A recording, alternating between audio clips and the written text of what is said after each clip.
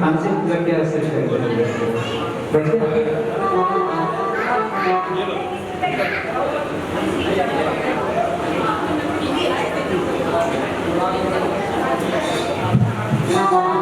बोलिए चौबीसों भगवान की जय की आवाज नहीं है सभी काफी बोलिए चौबीसों भगवान की ये बात श्री चौबीसों महाराज कर कर तुम्हें नमो चौबीसों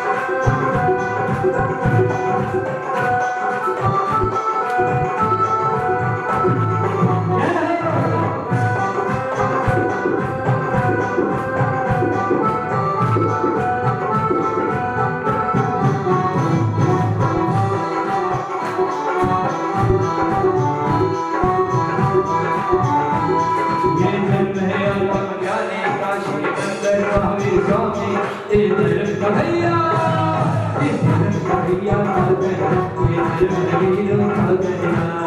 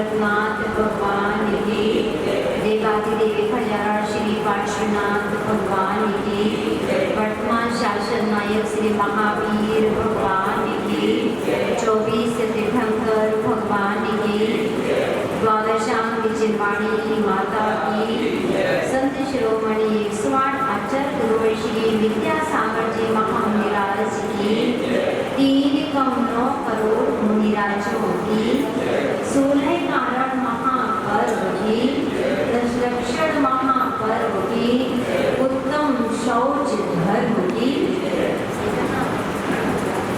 हम लोगों की आंखों में लक्ष्मी का वास होता है, हम लोगों के हृदय में लक्ष्मी का वास होता है। इसी तरह जो सम्राट मिदास था, उसकी आंखों में हमेशा सोने का वास हुआ करता था। अब आपको समझ में आ जाएगा।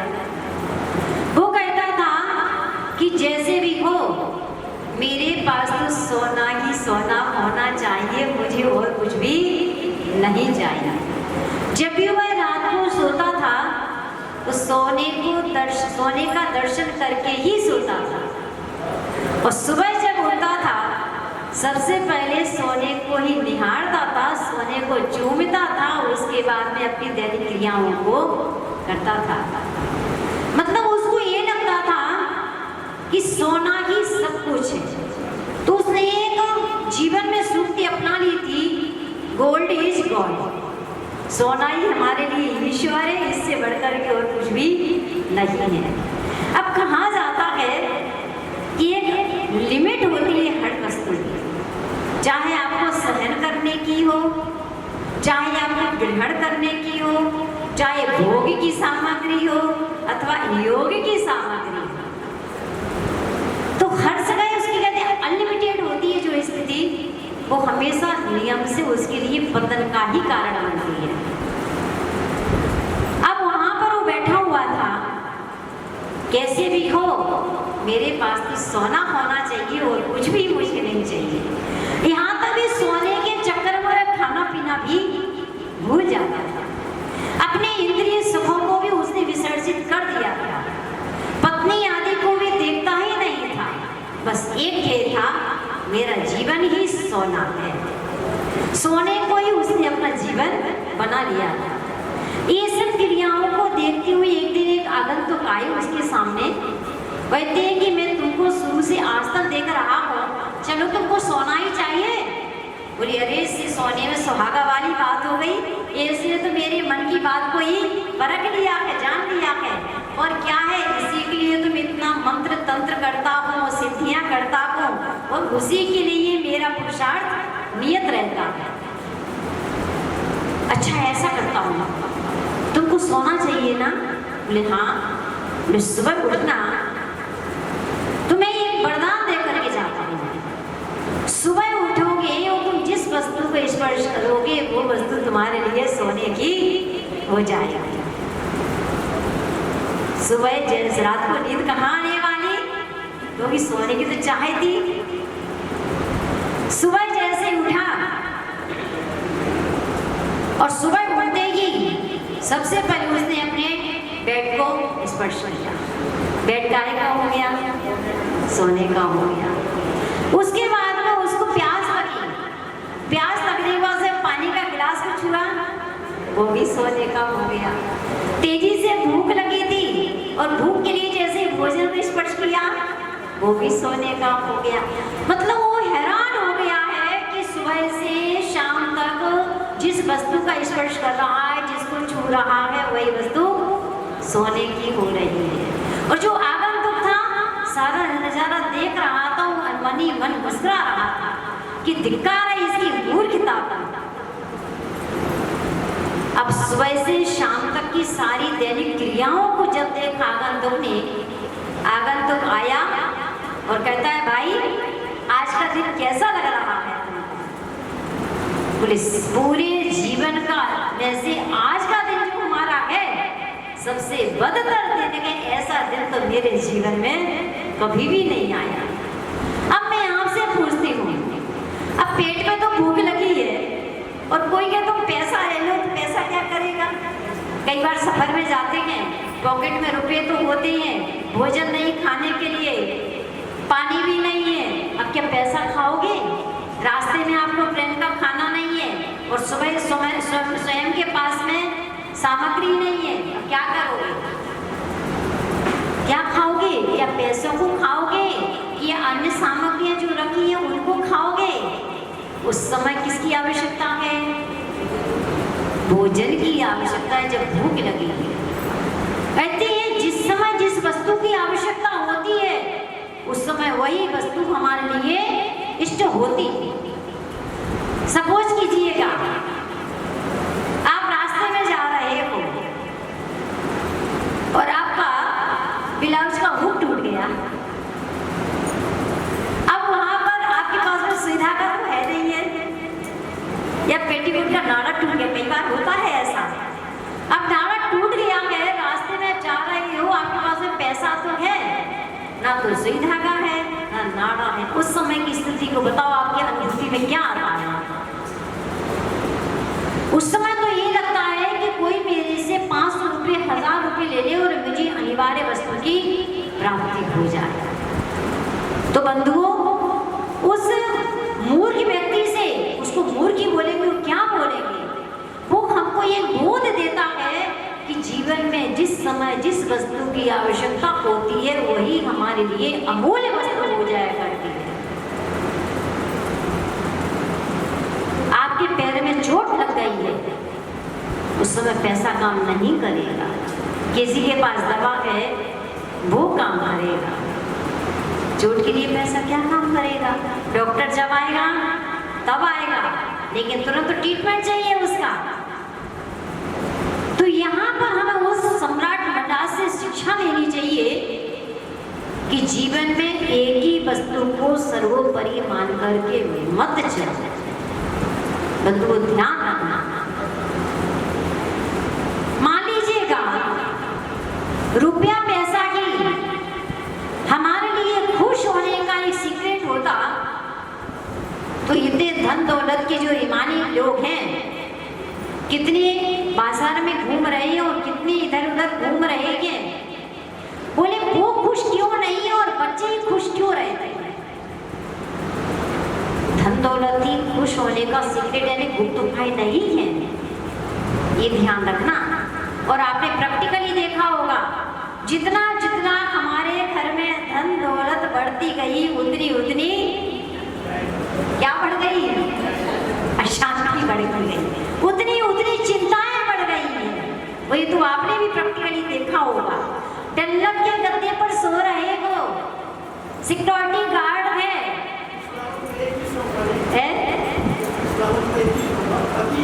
हाँ, मैंने कहा है ना, अनलिमिटेड जो होगा वो सब हानिकारक ही होगा। बिल्कुल बिल्कुल, अतीत की इति होनी चाहिए, कोई भी हो। अब वो डल्लब के गद्दे पर सो रहा है, सिक्योरिटी गार्ड है, गेट कीपर भी बैठा हुआ है और नींद की मेडिसिन भी ले ली है, फिर भी करवटें बदल रहा है, नींद क्यों नहीं आ रही है? अब आप ही बताओ, नींद क्यों नहीं आ रही उसके लिए? उसका कारण एक ही है, जिसके अंदर चिंताएं होती हैं वह चिता से भी बढ़कर के हुआ।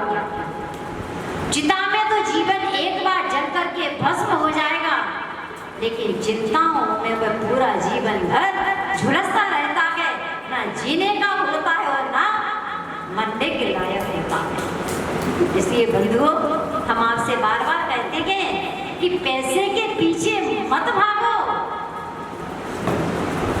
सुबह भी मैंने कहा था, जितने भी त्यागी व्रती हैं, जितने भी मुनिराज हैं, जितने भी तीर्थंकर हुए हैं, काश वह पैसों के पीछे भागते तो इतने पूज्य बने को प्राप्त नहीं होते। तीर्थंकर के ऊपर 3 छत्र लगे रहते हैं, वह 3 छत्र किसका प्रतीक है? हे भगवान, आप 3 लोक के स्वामी हो, आप इसी के प्रतीक हो, और काश आप हमारे जैसे वित्त से राग करने वाले होते तो कभी भी 3 काल में भी वीतरागी नहीं बन पाते।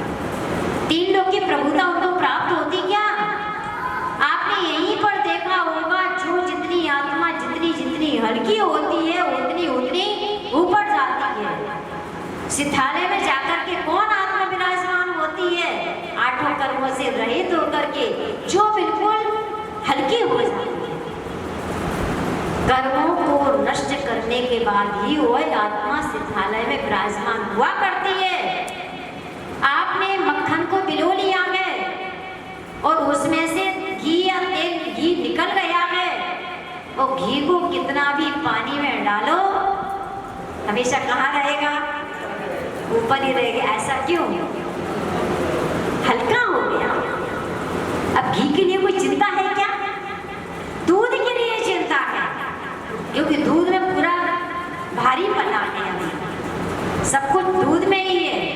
मक्खन भी देखो, दही भी देखो, और जो कुछ भी है सब किसमें भरा हुआ है? दूध के अंदर भरा हुआ है। ध्यान रखना, पैसा इंसान को ऊपर तो भेज सकता है, लेकिन इंसान पैसे को लेकर के कभी भी ऊपर नहीं जा सकता है। लोग कहते हैं कि क्या करें, ये व्यक्ति खाली आता है और खाली ही चला जाता है। मैंने कहा, मैंने बहुत चिंतन किया इस बात को लेकर के, ना तो कोई जीव खाली आता है और ना ही खाली जाता है। कुछ ना कुछ लेकर के आता है, पौधनिक सामग्री लेकर के नहीं आता है,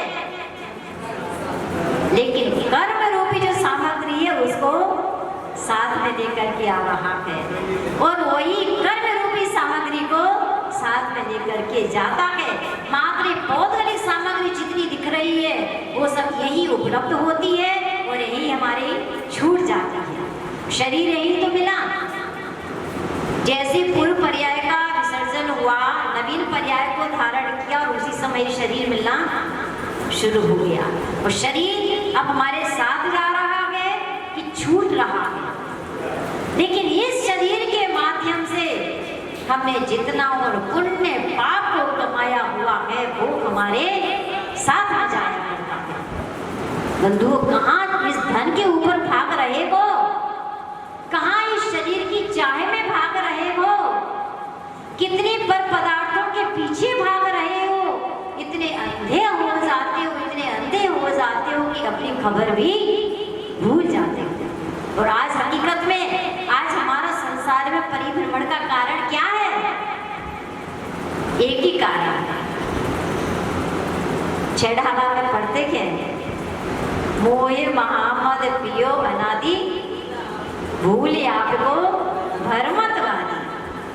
ये जीव अनादि काल से मोह रूपी मदिरा को पी रहा है, इस कारण से संसार में परिभ्रमण कर रहा है। कहते हैं जो शराब का नशा होता है, एक बार पीने के बाद में 2-4 घंटे में उतर जाता है, लेकिन मोह का नशा ऐसा चढ़ा हुआ है कि 1-2-4 घंटे नहीं, कितने भाव हमने व्यतीत कर दिए, लेकिन मोह का नशा उतरता ही नहीं है। आप कितना धन को संग्रह करोगे? वो पैसे भी हम पढ़ते हैं, बहवारम परिग्रह तुम नारकस्यायुषः। बहुत आरंभ और बरु परिग्रह को इकट्ठा करना एक कौन सी आयु का आश्रय है? नरक आयु के आश्रय का ही कारण है। और अल्पारंभ परिग्रह तुम मानुषस्य, अल्प आरंभ और अल्प परिग्रह ये नरक आयु, ये हमारा मनुष्य आयु का आश्रय का कारण है। आपको पता होना चाहिए 12 चक्रवर्ती हुए और अनादिकाल से हो रहे और होते रहेंगे, ना उनकी संख्या कम होनी है ना ज्यादा होनी है। उन 12 चक्रवर्तियों में उनकी 3 गति हुआ करती हैं, या तो वह नरक गति में जाते हैं, या मोक्ष जाते हैं, और या फिर स्वर्ग में जाते हैं, और कहीं पर भी नहीं जाते हैं। अब मैं आपसे पूछती हूँ, वर्तमान में 8 चक्रवर्ती तो मोक्ष चले गए थे और 2 चक्रवर्ती स्वर्ग में गए हुए हैं, सनत कुमार और मघवा चक्रवर्ती। लेकिन स्वभाव चक्रवर्ती और ब्रह्मदत्त चक्रवर्ती सप्तम नरक में क्यों गए? उसका कारण क्या है? नवोकार का नहीं है। क्या कारण बना दोनों के लिए? वही है, 6 खंड का अधिपति था, इतना आसक्ति का भाव बैठा हुआ था, जहां जहां आसक्ति होगी कहती एक पाप में सभी पाप छिपे रहते हैं। ध्यान रखना, यदि हम हिंसा पाप करते हैं तो हिंसा में क्या छिपा हुआ है? झूठ भी छिपा हुआ है, बिना झूठ के हिंसा होगी ही नहीं। चोरी पाप भी छिपा हुआ है, कुशील पाप भी छिपा हुआ है, और साथ में परिग्रह पाप भी छिपा हुआ है। एक कषाय हमारे पास में है तो एक कषाय में सभी कषायें छिपी हुई है। यदि क्रोध कषाय है तो मान कषाय भी रहेगी, मायाचारी भी रहेगी, और साथ में लोभ भी रहेगा। तो जो चक्रवर्ती दोनों अधोगति के पात्र हुए हैं, उसका कारण क्या है? बहिवारम परिग्रह तुम नार्कस्यायुषः, बहुत आरंभ बहुत परिग्रह, उसके प्रति जो उनका अति आसक्ति का भाव था, और आसक्ति का भाव होने का साथ में अहंकार भी था। मैं 6 खंड का अधिपति, और उस पद पर रह करके ही उन्होंने अपनी देह का विसर्जन किया, संयम को अंश मात्र भी ग्रहण नहीं किया। जैसे आए थे वो वैसे ही दुनिया से इस परिहार को प्राप्त करके वो चले गए। क्या प्राप्त किया बताओ? और आज क्या कर रहे हैं वो? दुखों का ही वेदन हो रहा और कुछ भी नहीं हो रहा है। प्रत्येक समय वहां पर उनको दुख का ही वेदन हो रहा है। चक्रवर्ती है तो क्या हुआ? आगामी काल में तीर्थंकर बनना है तो क्या हुआ? लेकिन अभी वर्तमान में तो दुख का ही वेदन हो रहा है। भली भावी तीर्थंकर रूप में हम यहाँ उनकी पूजा करते हैं, आराधना करते हैं, उनको अर्घ्य चढ़ाते हैं। त्रिका 24 को अर्घ्य चढ़ाते को नहीं कर चढ़ाते को, और आगे वही जी तीर्थंकर बनने वाला है। लेकिन अभी क्या कर रहा है? दुखों का वेदन ही हो रहा है। कोई कितना भी संबोधन दे, कितना भी संभाले, लेकिन कर्म के सामने किसी की सम्मति नहीं है। कर्म इतना बलवान हुआ करता है। दो चक्रवर्ती के नरक जाने का यही कारण है। एक तो 6 खंड का स्वामित्व बना, और दूसरा मूर्छा परिग्रह, आसक्ति का भाव उसके लिए अधोगति का कारण बन गया। और उन्हीं में से सनत कुमार चक्रवर्ती ने और मगधा चक्रवर्ती ने राज वैभव का परित्याग कर दिया और संयम को अंगीकार कर लिया है। और वो कहाँ चले गए हैं? स्वर्ग में चले गए। और उन्हीं चक्रवर्तियों में से 8 चक्रवर्ती हुए जो उन्होंने यहाँ पर शुद्धोपयोग को धारण किया और अपनी आत्मा का ध्यान लगाया, श्रेणी आरोहण की, और श्रेणी आरोहण करके कहाँ पहुँच गए हैं? मोक्ष चले गए। अब बताओ, तीनों अवस्थाओं में से कौन सी अवस्था बेहतर है? कौन सी अवस्था अच्छी है? मोक्ष वाली। हम कहते हैं जब भी चाहे रखो, कहाँ की चाहे रखना? मोक्ष की इच्छा करना। इच्छा करने से तो पहली बार मोक्ष मिलेगा भी नहीं, इच्छा से नहीं मिलता। लेकिन आप ध्येय तो बनाओ कि जो भी हम ये क्रियाएं कर रहे हैं, ये क्रियाएं तो हम अपने कर्तव्य समझ करके कर रहे हैं, लेकिन भगवान मेरा ध्येय तो एक ही है कि जिस आसन पर आप विराजमान हो, जहाँ आप क्षेत्र में विराजमान हो, वहाँ पर आकर जाकर के मेरी आत्मा भी विराजमान हो जाए। और वहाँ जाकर के जब विराजमान हो जाए तो संसार से मुझे कभी लेना देना नहीं है। लेकिन उनके ज्ञान में तो संसार छलकता है। ज्ञान में छलकता कि नहीं छलकता है? इस अपेक्षा से उनको, सीधे भगवान को हम कथनचित संसारी भी कह देते हैं। कहते कि नहीं कहते हैं? कहते हैं, क्योंकि उनके ज्ञान में सब कुछ झलक रहा है। इस अपेक्षा से उनको संसारी कह देते हैं। तो क्या संसार अवस्था जैसा सुख दुख का वेदन उनको हो रहा है? दर्पण होता है, इतना अच्छा दृष्टांत है। दर्पण के सामने सारी वस्तुएं झलकती हैं। गोरा व्यक्ति आता है, वो भी दर्पण के सामने निहारता है तो दर्पण में वैसा झलकता है। कोई सुंदर व्यक्ति आता है वह भी छलक जाता है, कोई कुरूप होता है वो भी छलकता है, लेकिन क्या दर्पण उस व्यक्ति के लिए, उस वस्तु के लिए ग्रहण करता है क्या? नहीं करता। दर्पण के अंदर ना तो कुरूप व्यक्ति के प्रति द्वेष का भाव है और ना रूपवान व्यक्ति के प्रति राग का भाव है। दर्पण तो सम अवस्था में रहता है। इसी प्रकार अब आपको समझ में आ गया होगा कि जो केवली का ज्ञान होता है, सिद्ध भगवान का ज्ञान होता है, वह दर्पण के समान हुआ करता है। संसार की कितनी आत्माएं, प्रत्येक वस्तु, तीन लोक के त्रिकालवर्ती समस्त चराचर पदार्थ उनके ज्ञान में युगपत झलक रहे हैं। ना किसी वस्तु को लेकर के राग का भाव है और ना किसी वस्तु को लेकर के द्वेष का भाव। तो क्या मूर्छा है? बहुत अच्छा। मोहिनी कर्मी नहीं है तो मूर्छा का परिणाम कहाँ से आया? मोहिनी कर्म को तो उन्होंने पहले ही क्षय कर दिया है।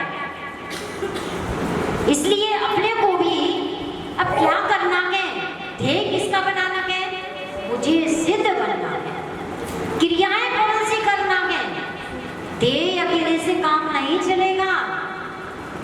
आपने गुलाब जामुन खाने का ध्येय तो बना लिया है और सपोज कीजिए हलवाई के यहाँ से गुलाब जामुन का डिब्बा भी आ गया है और कोई आया दयालु, दया दृष्टि रखने वाला, और आप तो हाथ पर हाथ रख कर के बैठे थे और उसने आपके मुंह में गुलाब जामुन रख भी दिया है मुंह को खोल करके, लेकिन निगलना किसको पड़ेगा? किसको निगलना पड़ेगा? स्वयं को कि दूसरा कोई निगलेगा? अरे गले से अंदर तो अपनी को उतारना पड़ेगा। और काश गुलाब जामुन नहीं और कोई कठोर चीज होती और गले में फंस जाती तो क्या होता है? ना वो नीचे की रहती है ना ऊपर की रहती है। तो हम किसके पीछे भाग रहे हैं? धन संपदा के पीछे। एक वृक्ष से पत्ता गिरता है और एक अज्ञान व्यक्ति था, उस पत्ते को पकड़ने के लिए उसके पीछे पीछे भागता है। पत्ता कहता है ध्यान रखो, तुम मीजरे को पकड़ने की कोशिश मत करो। तुम जितना मेरे को पकड़ने की कोशिश करोगे उतना मैं तुमसे दूर भागता जाऊंगा। इसी प्रकार लक्ष्मी कहती है ध्यान रखना, तुम मेरे को पकड़ने की कोशिश मत करो। जितना तुम मेरे को पकड़ने की कोशिश करोगे मैं तुमसे दूर भाग जाऊंगी और जितना तुम मेरे को पीछे रखोगे मैं तुम्हारे आगे आगे चलूंगी। सही है कि नहीं है? जितने भी त्यागी हुए हैं, जितने भी वीतरागी हुए हैं, उन्होंने लक्ष्मी को पीछे किया है, उसके पीछे नहीं भागे हैं। और जो लक्ष्मी का पीछा करता है, लक्ष्मी 3 काल में भी उसके हाथ में आने वाली नहीं है। सुबह ही हमारा प्रसंग चल रहा था, हिरण्य गर्भाय नमः, सुबह निकल रहा था, ये सारे मंत्र निकलता, हिरण्य यौने नमः, हिरण्य पद्मे नमः, ये सुबह सुबह बहुत सारे मंत्र निकले थे हमारे। तो उसमें बताया था कि भगवान आप जहां पर भी विहार करते हो, आपके चरण तक 225 कमलों की रचना हो जाती है। और कमल भी कैसे थे? सुवर्णमयी थे। और काश वह अरिहंत भगवान, क्योंकि सिद्ध भगवान तो विहार करते नहीं है तो वहां वो प्रसंग तो आएगा नहीं। काश अरिहंत भगवान जब विहार करते हैं और उन कमलों का स्पर्श कर लेते, उन पर पैर रख देते तो क्या कमलों की इतनी महिमा आती? वो तो वो भाग्य समझते अपने आप को कि आज मेरा जो कमल पर्याय है वह पवित्र हो गया है जीवन। लेकिन वो स्पर्श करते क्या? वो स्पर्श करते तो नियम से कहीं ना कहीं उनके अंदर राग का भाव तो आता ही आता। और जहां पर राग का भाव आता है, अपोजिट जो द्वेष है वो नियम से होगा ही होगा। इसलिए जो 4 कषाय है बंधुओं ध्यान रखना, क्रोध, मान, माया, और लोभ, इस नाम की अपेक्षा से धवल ग्रंथ के अंदर आचार्य श्री वीरचंद स्वामी ने कहा हुआ है, नाम की अपेक्षा से चारों कषाय व द्वेष रूप ही हैं, शब्द नय की अपेक्षा से। लेकिन जो लोभ कषाय है, कथनचित इसको राग रूप कह देते हैं। दो कषाय को राग रूप कह देते हैं, माया को और लोभ कषाय। लेकिन यहाँ पर ये भी कह रहे हैं साथ में, लोगों सब पड़ा ये भी कह रहे हैं कि लोभ जो होता है सर्वनाश करने वाला होता है। और आज ही सुबह हम लोग ने पूजन में पढ़ा था, लोभ पाप को पाप कहा, लोभ के लिए पाप का पाप क्यों कहा? फिर वहां पर राग रूप भी कह रहे हैं और यहाँ पर लोभ के लिए पाप का पाप भी कह रहे हैं। दोनों विसंगतियां एक साथ कैसे हो सकती हैं? क्योंकि ध्यान रखना, जहां जहां पर पदार्थ के प्रति लोभ का भाव होगा, अपनी आत्मस्थ वह हो ही नहीं सकता। ध्यानस्थ मुद्रा में यदि किसी को आना होगा तो बाहर के प्रति जो लोभ आसक्ति का भाव है उसको नियम से छोड़ना ही पड़ेगा। यदि शरीर के प्रति भी राग का भाव बैठा हुआ है, शरीर के प्रति हमारी आसक्ति बैठी हुई है, अब सोचो कि तुम आत्मा का ध्यान लगा लो, नहीं लगेगा। आप लोगों को पूज्य गणेश प्रसाद जी वर्णी जी का दृष्टांत कभी पढ़ा होगा तो याद आ रहा होगा।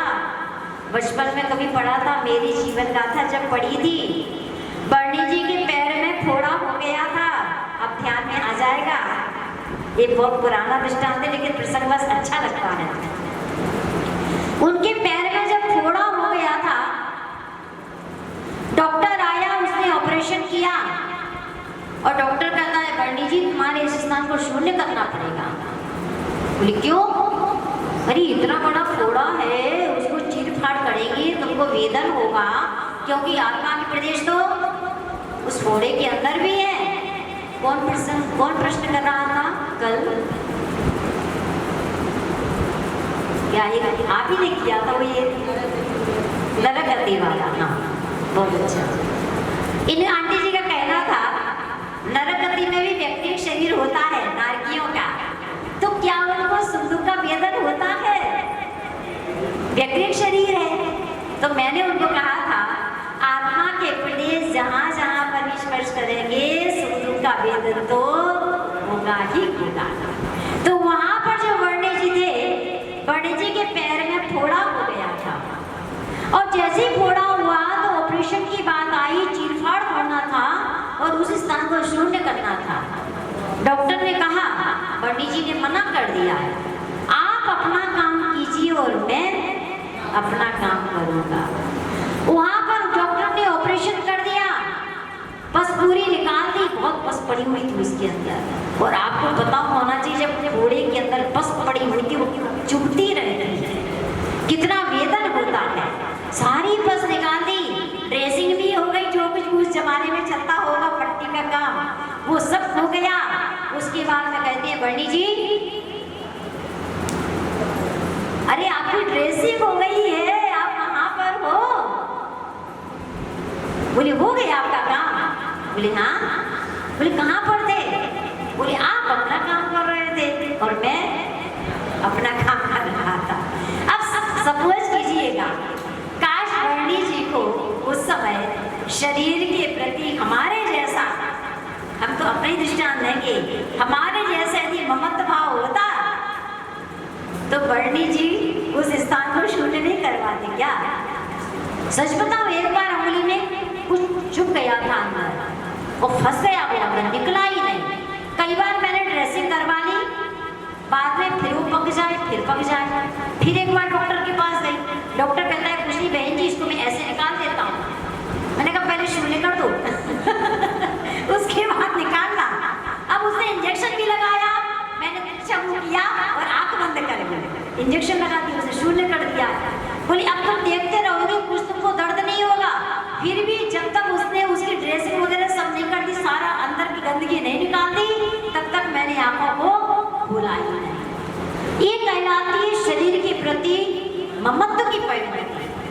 अरे जब शरीर के प्रति इतना राग होगा तो आत्मा का ध्यान कहाँ से होगा? एग्जाम्पल मैंने अपना दे दिया है। ऐसे कितने लोग हैं कि हमारे अंदर कितना अनुराग बैठा हुआ है, कहते हैं ये भी हमारे लिए लोभ का ही कारण है। तो कई प्रकार का लोभ जीवन में हुआ करता है, और लोभ आता कब है? जिस घर में ज्यादा लाभ है।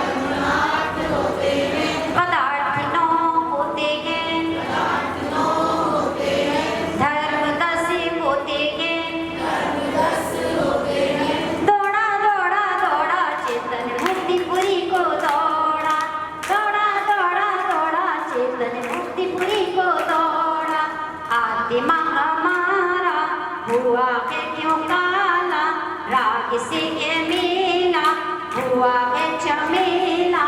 दौड़ा दौड़ा दौड़ा चेतन चार गति में दौड़ा, दौड़ा दौड़ा दौड़ा चेतन चार गति में दौड़ा। रात्रि में खाओगे बच्चे, मंदिर में बैठे तो झूठ मत बोलना, रात्रि में खाओगे ना भाई ना। कब तक नहीं खाओगे, कब तक नहीं खाओगे हैं? अच्छा बस रक्षे की बात खा लोगे, अच्छा तो फिर जब नहीं सच बोला बच्चे ने, झूठ थोड़ी बोला है। रात्रि में पानी पियोगे, रात्रि में पानी पियोगे, पियोगे। कौन है ऐसा जो रात को पानी नहीं पिएगा? हाँ कब तक? अभी 1 महीने, इसके बाद बस। अच्छा उसके बाद चलो दीपावली तक, ठीक है? दीपावली तक, दीपावली को चातुर्मास पूर्ण हो जाता है चतुर्दशी के लिए, ठीक है? तो कम से कम दीपावली चतुर्दशी तक आप रात्रि में पानी नहीं पियोगे। लेकिन मान लीजिएगा कभी विशेष परिस्थिति आ जाए तो क्या करोगे?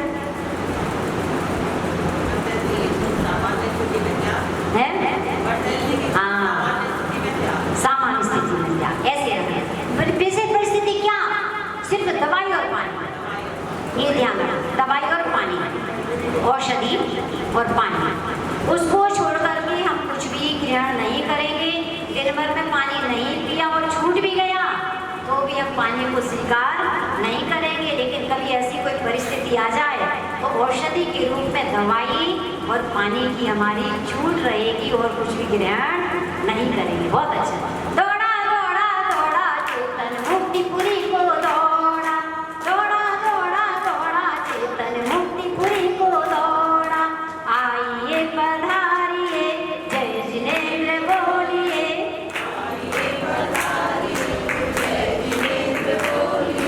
दौड़ा दौड़ा दौड़ा चेतन मुक्तिपुरी को दौड़ा।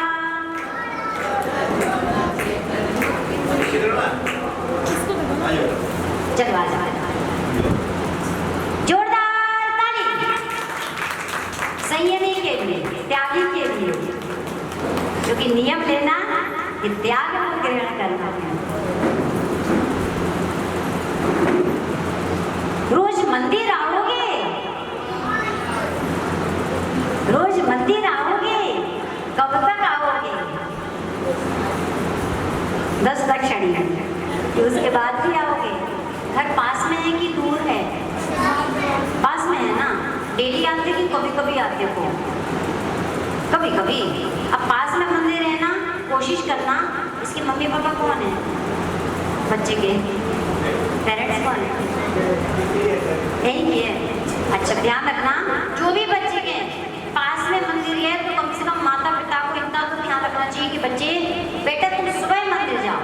सुबह टाइम नहीं है तो शाम को, रात को, जब भी तुम्हारे पास टाइम हो एक बार जिनेंद्र भगवान का दर्शन उनको अवश्य कराना चाहिए। ये संस्कार उनमें आज डालो। ये संस्कार डल गया है तो आगे यही जैन धर्म की गाड़ी को आगे ले जाने वाले होंगे, ठीक है? इतना जरूर ध्यान रखना। इसके पापा तो आते हैं ना, अब बच्चे के पेरेंट्स नहीं है, वो होते तो हम उसको नियम भी दे देते। और कोई है बच्चों में जो प्रतिदिन कहीं बाहर चला गया बच्चा, वो बात अलग है। लेकिन मंदिर का शायद 9 बजे तक तो खुला रहता है रात को, और कॉलोनी में इस तरह की है कि कोई डर भी नहीं है, अकल आके बच्चा आ जाएगा, चले जाएगा दर्शन करके। तो ऐसा और कोई बच्चा है जो 1 महीने तक प्रतिदिन भगवान का दर्शन करने के लिए आएगा? आप आओगे? इसके पेरेंट्स कौन है?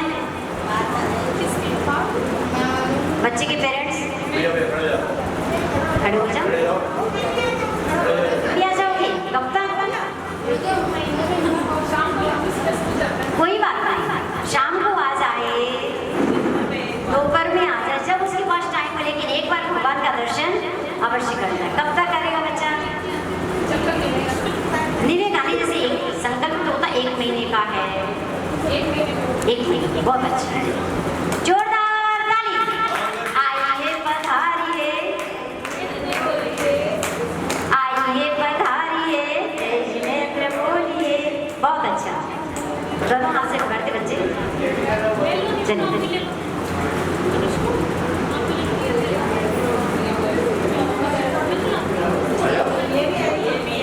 ये आप भी आओगे? चलो बहुत अच्छा। हाँ हाँ, उसको भी दे दो। बहुत अच्छा। कब तक आएगा? ये तो बड़ा हो गया बच्चा, कब तक आओगे? तो समझदार हो गए हो। उसके बाद क्यों? अब तो तुम बड़े हो गए हो ना, डेली मंदिर आना है, ठीक है? बहुत अच्छा, जोरदार ताली। दौड़ा दौड़ा दौड़ा चैतन्य मुक्तिपुरी को दौड़ा, दौड़ा दौड़ा दौड़ा चैतन्य मुक्तिपुरी को दौड़ा। आते महामारा हुआ है क्यों काला, राग से के मेला हुआ है झमेला। दौड़ा दौड़ा दौड़ा चैतन्य चारवती में दौड़ा, दौड़ा दौड़ा दौड़ा चैतन्य चारवती में दौड़ा। आप समझ गए इसको हमारे बोलने का मतलब क्या हुआ रोज? उसका कारण एक ही है, ऐसी पकड़ाने में आती हैं बच्चे भी, बिना उसके कोई नहीं आएगा। अब अगली प्रतियोगिता हमारी शुरू हो रही है, ध्यान लगाओ। एक किंवदंती हमने कहीं पर पढ़ा हुआ था दृष्टांत, ब्रह्मा जी जैसे ध्यान लगा रहे थे और उनके ध्यान के प्रभाव से इंद्र का आसन कंपायमान हो गया। और जैसे आसन कंपायमान हुआ तो इंद्र ने अवधि ज्ञान लगाया कि ऐसी किसके अंदर इतनी शक्ति है कि उसने मेरे आसन को भी हिला दिया है। तभी उसने अवधि ज्ञान से जान लिया, अच्छा इस पृथ्वी तल पर ब्रह्मा जी ध्यान लगा रहे हैं। वहां से उसने तिलोत्तमा जैसी देवांगना को भेजा और जैसी देवांगना वो आती है ब्रह्मा जी के सामने आई और ब्रह्मा जी ने उसको जैसी निहारा वो तिलोत्तमा ऊपर चली गई। ब्रह्मा जी ने अपने मुख को ऊपर किया, फिर कहते हैं साइड में चली गई तो ब्रह्मा जी ने अपना दूसरा मुख बना लिया। किंवदंती बता रही हूँ मैं, उसने ब्रह्मा जी ने दूसरा मुख बना लिया। वो तिलोत्तमा पीछे चली गई, ब्रह्मा जी ने तीसरा मुख बना लिया। वो तिलोत्तमा जो थी देवांगना वो साइड में आ गई और ब्रह्मा जी ने चौथा मुख बना लिया।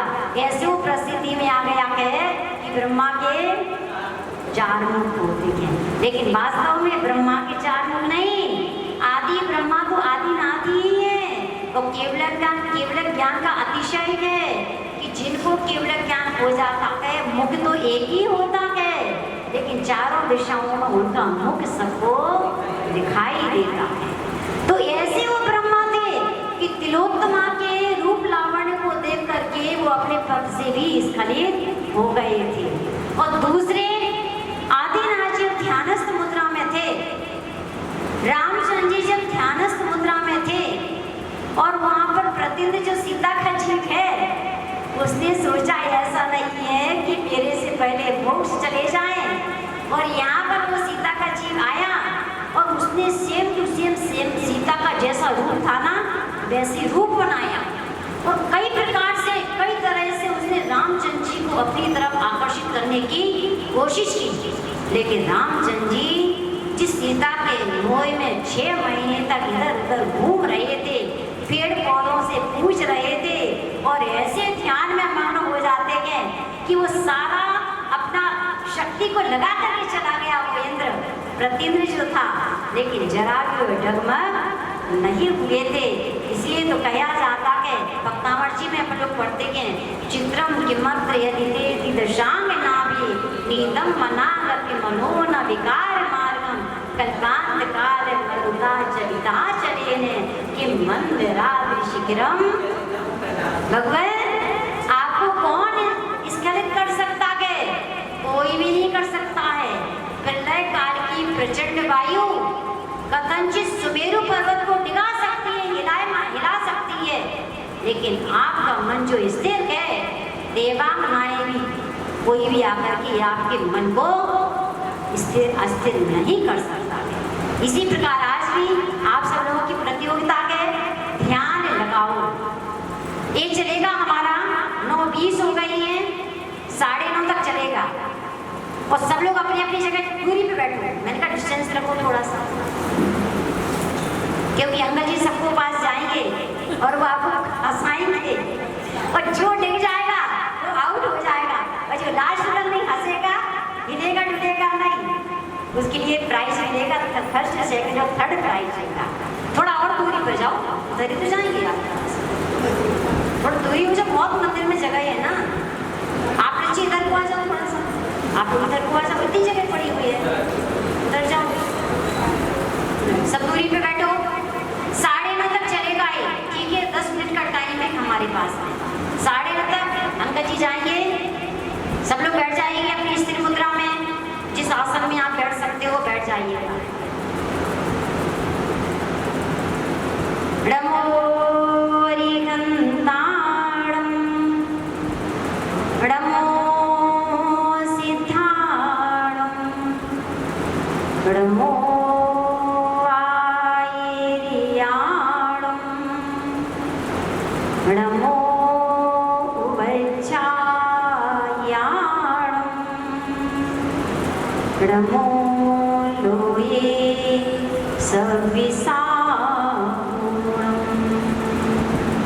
चलिए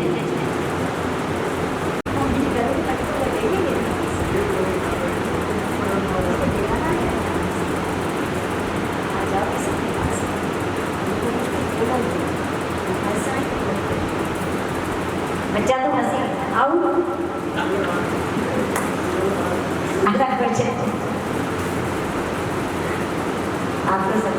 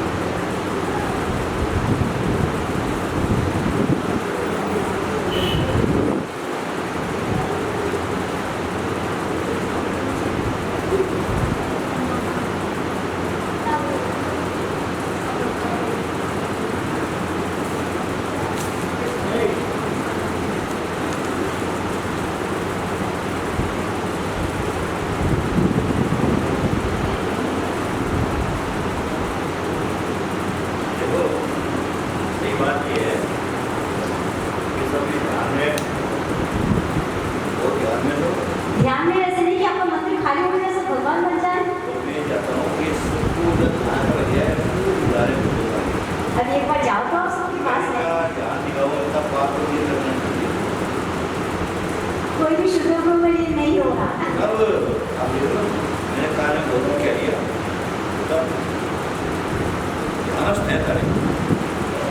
कि ये बात मुझसे न करा, मैं कह रहा हूँ सब जाने को है और मैं फिर शुरू में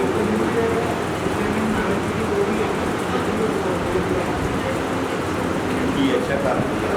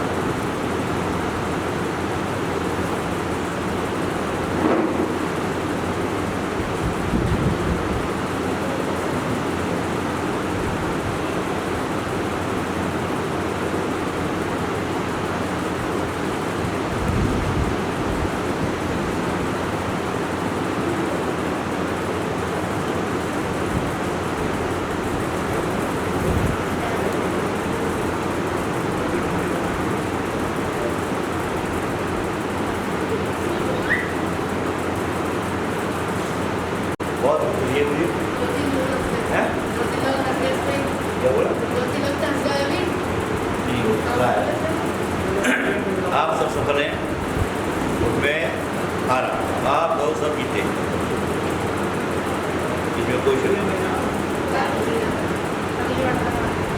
कि हमारा ध्यान का टूट जाए। सच्चाई है, मैं वैसे नहीं बोल रहा बिल्कुल। देखा आपने कैमरे में देखा होगा, बिल्कुल ऐसा किसी को भी कमर जो है हिल नहीं पड़ेगी। मैंने कहा ये पाप क्यों कमाऊँ मैं? हैं?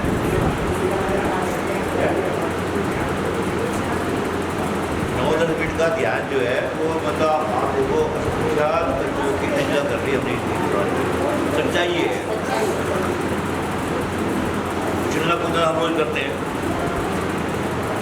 लेकिन ये जो चीज़ है ये बहुत बड़ी उपलब्धि है हमारी। आप सबको शुभकामनाएं। आ जाइएगा सभी ध्यान से बाहर। इसलिए लगवाया मैंने आज, क्या प्रतिदिन कम से कम 10 मिनट इसी तरह की ध्यान मुद्रा में बैठने की कोशिश करना। यदि आसन सिद्धि हो जाती है तो समझ लेना बड़ी से बड़ी रिद्धियां भी उसी के अंदर प्रकट होती हैं, जिसको आसन की सिद्धि हो जाती है। इसलिए ध्यान रखना, आप लोगों को आज से ये प्रतियोगिता के माध्यम से लगवाया है, लेकिन प्रतिदिन मंदिर जी में आना, 10 मिनट आप इसी तरह से बैठ कर के जाना। कुछ भी सोचो, कुछ भी विचारो, लेकिन कम से कम आसन सिद्धि तो उसकी होगी। बहुत अच्छे, बहुत कुछ करती है। हम लोग भी करते हैं, करते हैं, आर्ट करते हैं। सबसे ज़्यादा उपयोगी जो है वो 5 मिनट के लिए भी, केवल 5 मिनट। आचार्य श्री शांति सागर महाराज जी चारित्र चक्रवर्ती, वो तो एक बार चातुर्मास करने के लिए कहीं पर जाना था उनको, समाजवाद या श्रीफल भेंट किए।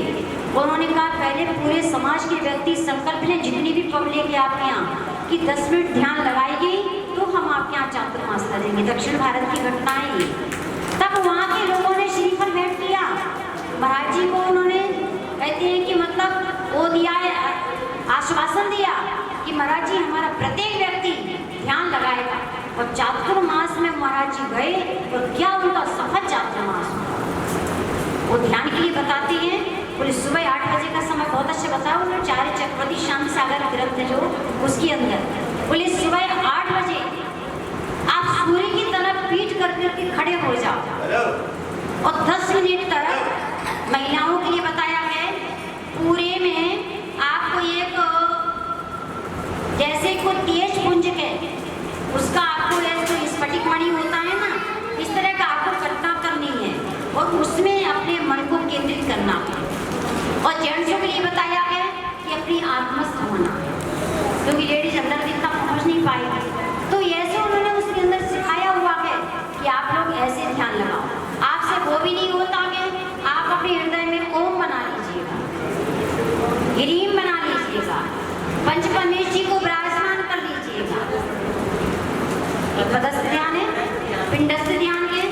पंचपरमेश्वर जी को आप विराजमान कर लो हृदय में बीचों बीच। अरिहंत जी ऊपर जाइएगा, सिद्धि भगवान आप लेफ्ट में जाइएगा, आचार्य परमेश्वर जी नीचे आइएगा, उपाध्याय परमेश्वर जी और राइट हैंड में जाइएगा, साधु परमेश्वर जी। ये हो गई है 5 परमेश्वर है, उपाध्याय परमेश्वर जी और राइट हैंड की साइड साधु परमेश्वर जी। अब फिर से चलती है, उसके नीचे ही जो राइट हैंड था नीचे चिन्ह धर्म, उसके ऊपर जाते हैं चिन्ह आगम। अब लेफ्ट हैंड में आप ऊपर जाओ चिन्ह चैत्र और नीचे जाओ चिन्ह चैत्र। ये शास्त्र में आया इस तरह से नौ देवताओं का ध्यान लगाना, इसलिए मैं आपको बता रही हूँ। ऐसे भी आप ध्यान लगा सकते हो, 9 देवताओं का भी लगा सकते हो, ओम भी बना सकते हो, ह्रीम की भी कल्पना कर सकते हो और हम भी कर सकते हो। अथवा आपने जैसे मुनि सुब्रत भगवान की प्रतिमा है, इसको हृदय में विराजमान कर लो, 24 सितंबरों को विराजमान कर लो, मस्तिष्क में विराजमान कर लो और फिर आप उसका ध्यान लगाओ आराम से। मैं कहती हूँ आपके 10 मिनट 15 मिनट क्या 1 घंटा भी चुटकी में निकल जाएगा। और ज़्यादा आपको है समोषण में चले जाओ, कभी आप समिष्टगढ़ की वंदना करने के लिए चले जाओ। 2 घंटा 24 मिनट की सामायिक ऐसे होगी कि आप समिष्टगढ़ की यात्रा पूर्ण नहीं हो पाएगी और 2 घंटे 24 मिनट का टाइम यूं ही निकल जाएगा। ऐसे आपको अभ्यास करना है। आज विशेष यही था, मैं इस प्रतियोगिता को कराने का ये मकसद हमारा यही था कि धीरे धीरे बढ़ने का अपना पुरुषार्थ करना। जोरदार ताली अपने लिए, ताली बजा दो सभी लोग, बहुत अच्छा दे दो सबके लिए। कल हमारी प्रतियोगिता होगी, बच्चों को लेकर के विशेष है, तो बच्चों को लेकर कर लेते फैंसी ड्रेस कि उनके अंदर भी थोड़ी उमंग रहेगी। तो ये 15 वर्ष के बच्चे अलग और 15 से जितनी भी एज हो सबकी एज है, इसलिए रूप कभी नहीं बनाना है। कभी ऐसी पोजीशन आ भी जाए, कंडीशन बन भी जाए, तो आप उसकी फोटो है मुनिराज की फोटो को लेकर के आप चल सकते हो। जैसे आहार दान का प्रसंग आता है, मुनिराज की फोटो लेकर के जाओ। विहार का प्रसंग आता है, मुनिराज की फोटो हो और पीछे से माइक लेकर के आप कुछ भी बोलो, लेकिन मुद्रा किसकी है? मुनिराज जो आधे नंबर होंगे वो ड्रेस के होंगे, आभूषणों के होंगे, और आधे नंबर होंगे आपके एक्शन के, आपके बोलने के, आपके भाव भाव। ऐसे दो भागों में हमने उसको डिवाइड किया हुआ है। इसलिए कल फैंसी ड्रेस प्रतियोगिता है, बड़े भी आ सकते हैं और बच्चे भी आ सकते हैं, ठीक है? लेकिन इतना जरूर ध्यान रखना, अच्छे से अच्छा रोल करना, भिखारी का कोई रोल नहीं करना, ये ध्यान रखना। कई लोग क्या करते हैं, भिखारियों का रोल करते हैं, चोरियों का, डकैतियों का रोल करते हैं, वो रोल नहीं चाहिए हमको, अच्छे से अच्छा करना। भिखारी